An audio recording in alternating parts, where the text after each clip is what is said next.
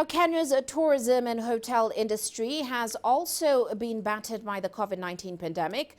Some hotels remain closed, and for those which have resumed operations, they have had to adjust amid the disruption caused by the pandemic. Here's CGTN's Mudimba with more from Kilifi.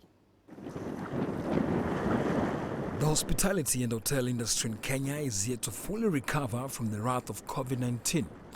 From a distance, one can easily spot empty hotels, lonely beaches, boats that were once busy are now anchored and at the mercy of the tides, hoping that soon things will be back to normal.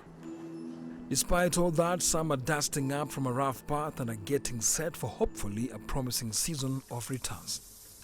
For the Plan Hotel Group in Kenya's Kilifi County, resumption is the way forward. From outside, the compound is being cleared, a clear indication that there's life inside the hotel. Inside the hotel, it's a mix of international and local tourists.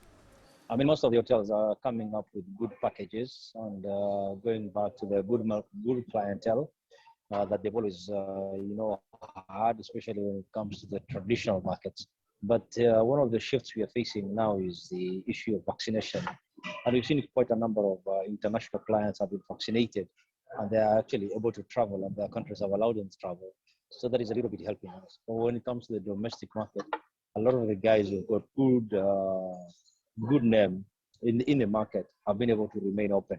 And that's exactly what the local clientele are looking at. For the local clientele who are already thronging coastal Kenya, it's a matter of holding on to what you have.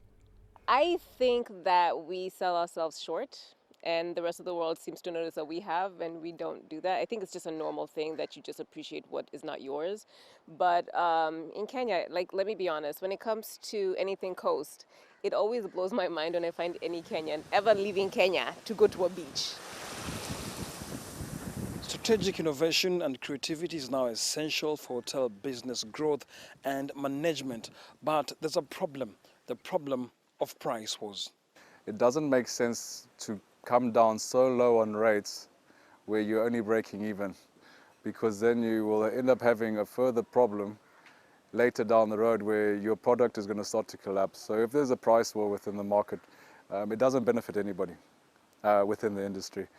The hotel is now engaging in cutting costs by having its own private garden.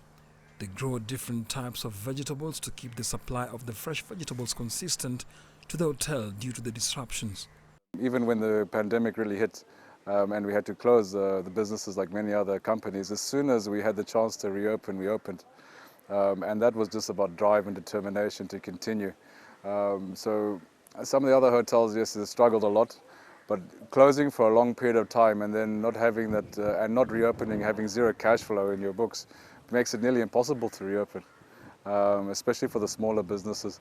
So I think that might be one of the issues they might be struggling, and also just not giving up and being determined.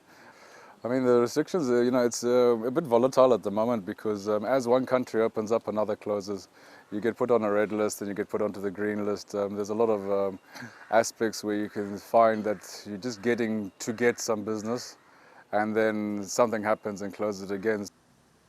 Capitalizing on other services like offering conference rooms and customizing to a client's need is now essential for survival and promotes flexibility in the hotel industry operations. Voila. Business priorities are now constantly fluctuating and adapting to regularly evolving circumstances due to government restrictions, customer trends and staffing demands. Mudimba, CGTN, Kilifi County, Kenya.